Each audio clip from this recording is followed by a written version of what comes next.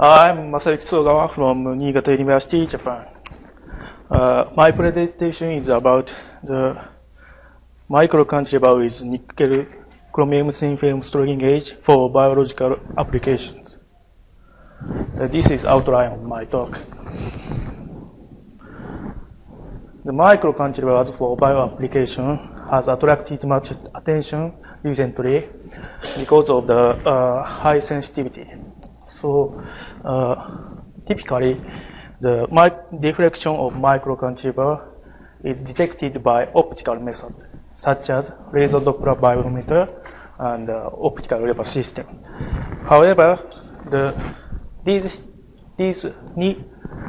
they need optical systems. So the sensing system becomes complex and large. In our previous works, we fabricated the microcantilever with a nickel chrome thin film strain gauge for tactile sensor application.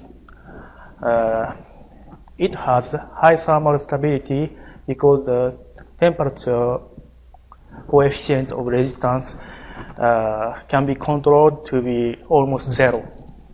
And it is simple measurement system in just electrically. And also, it is the static mode sensing. It is simpler than the resonance measurement of the diffraction of microcantilever because of no need of excitation circuit for viable reading. On the other hand, the liposomes interact with important biological proteins such as carbonic anhydrase from bovine calf and amyloid betas. So in this work,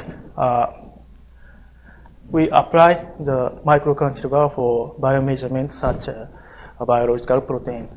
So we tried to immobilize the liposome on the microcantilever surface with a self-assembled monolayer, and we tried to detect the statically and electrically the microcantilever diffraction induced by interaction between liposomes and biomolecules. This is the fabrication process of the microcantilever. We used the SOI as a substrate. The silicon nitride for insulating, and the nickel chrome for strain gauge, and the gold for electrodes deposited by sputtering and patterned by photolithography. And the cytop was coated on the substrate and patterned by photolithography. Finally, the microcantilever was released from the substrate by sacrificial etching in VHF solution. This figure shows an optical image of the microcantilever. The nickel strain gauge is arranged on the microcantilever surface.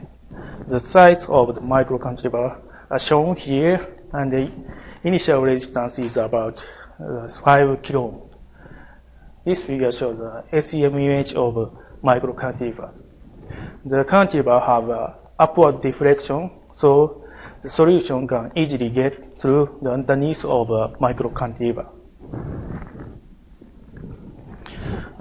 This slide shows the immobilization process of the liposomes on the microcantilever. At the first, the gold ultra-thin film was coated on the microcantilever surface. Then the SEM was formed in 16 Mercator or hexadecanic cast. Next, the carboxylic radicals of the SAM was activated in WSC and NHS dissolved in water and 1,4-dioxane. So finally, the liposome was immobilized in the DPPC with 1% phosphatidylethanolamine dissolved in water. So next we move on the experimental results. The first we confirmed the stability of the resistance of strain gauge. This figure shows time dependence of resistance. The resistance is almost stable in the air. On the other hand, the resistance slightly changes in the water, but resistance change is less than 30 ppm, where the cantilever structure is completely covered with water droplet by microscopic observation. This figure shows the resistance change as a function of time in the curved solution. The resistance increases with time monotonously in the curved solution. So the curved concentration is increased by vaporization of water. So the curved molecules is agglutinated and settled and physically adsorbed onto the microcantilever.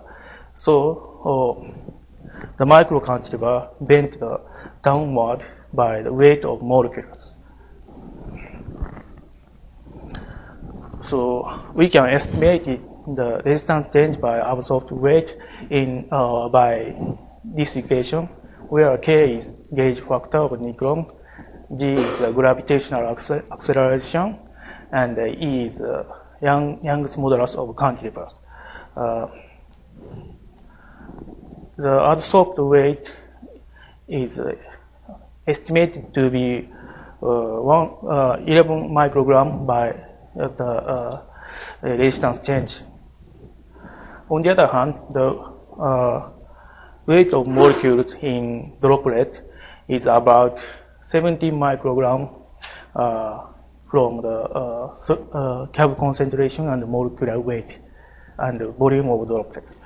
This value is comparable to the estimated adsorbed weight. So we consider the resistance change reflects the weight of adsorbed molecules.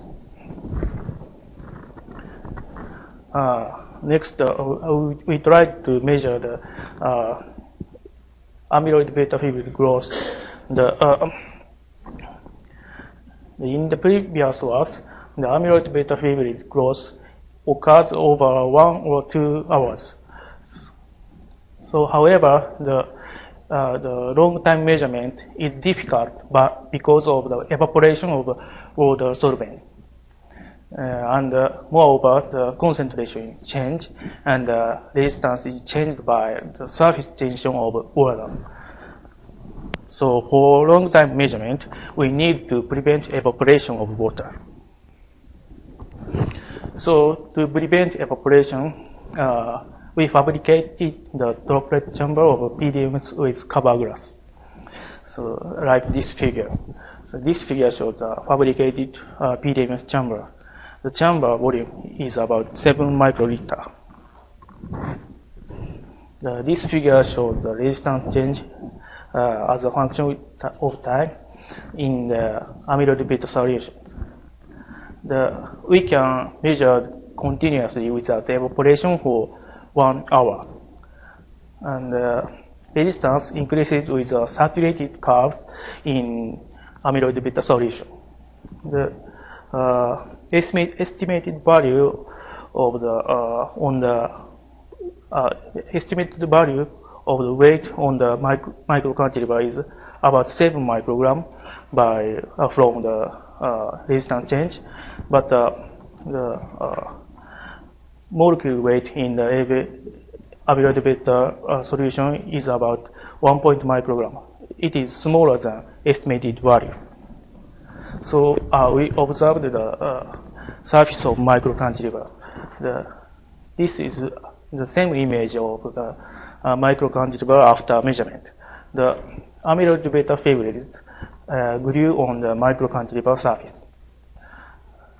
So we consider the resistance change is related to interaction between amyloid beta and liposomes such as in-plane stress or temperature change, as well as weight. Finally, I summarized my talk. SEM was formed on the microcantilever with nickel constraint gauge thin film cantilever, and the liposomes were immobilized on the microcantilever surface. The resistance increases with time in the droplet of CAV solution because of physical adsorption of CAV molecules. On the other hand, the resistance increases with saturated curve in amyloid beta solution with the growth of amyloid beta fibrils. This is the future plan. We will optimize the sensitivity of the microcantilever by the size and the thickness and so on. And we will measure with a microfluidic channel and or using multiple microcantilevers. Thank you for your attention.